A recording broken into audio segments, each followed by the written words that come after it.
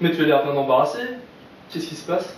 Bah oui, je dois partir en vacances demain et Requin Fusée m'annonce de nombreux bouchons sur la 7. Je sais vraiment plus quoi faire. C'est vrai ça, Fred, on en a marre des bouchons. Pourquoi y a-t-il autant d'embouteillages sur les routes? Et oui, ce sont des congestions. C'est lorsqu'un système de transport connaît un excès de demande par rapport à l'offre. Et donc on a deux types de congestion. Donc la première, c'est la congestion de demande. Donc c'est ton cas, Fred, lorsque tu pars en vacances, la capacité de l'autoroute reste constante, la demande augmente fortement et l'autoroute devient saturée. Et l'autre type, si ce n'est pas un problème de demande, c'est un problème d'offre, n'est-ce pas? Mais oui, bien vu la petite voix. La congestion d'offre est exactement la situation inverse.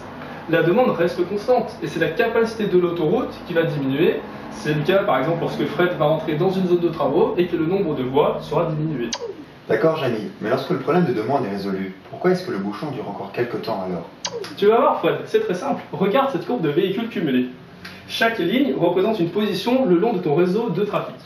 En abscisse, on a mis le temps, et donc on observe qu'un palier représente une congestion. Et cette congestion va évoluer de l'aval vers l'amont. On observe bien qu'une onde de congestion apparaît.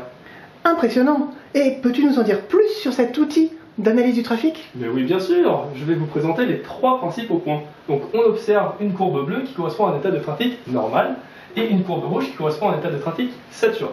Donc on peut observer que la pente correspond au débit, c'est-à-dire le nombre de véhicules qui va passer par unité de temps. Le retard maximal des véhicules emprisonnés dans la congestion est ici, dans cette différence d'abscisse, et la différence d'ordonnée, on peut remarquer le nombre maximum de véhicules qui ont été emprisonnés et qui vont être retardés par la congestion. Mais dis-moi, Jamie, à partir de quand apparaissent ces bouchons? Tadam! C'est pour cela qu'existe le diagramme fondamental. Waouh, encore un diagramme? Génial! Mais oui, le diagramme fondamental, c'est simple. On représente le débit Q en fonction de la densité de véhicules K.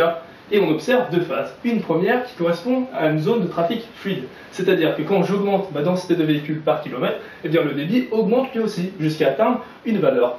Et à partir de cette valeur, on observe que plus je rajoute de véhicules sur mon tronçon de kilomètres, bien plus le débit diminue. Je suis donc en pleine congestion. Bah alors Fred, qu'es-tu en train de faire? Bah moi, avec tous ces bouchons, je réserve un billet de train.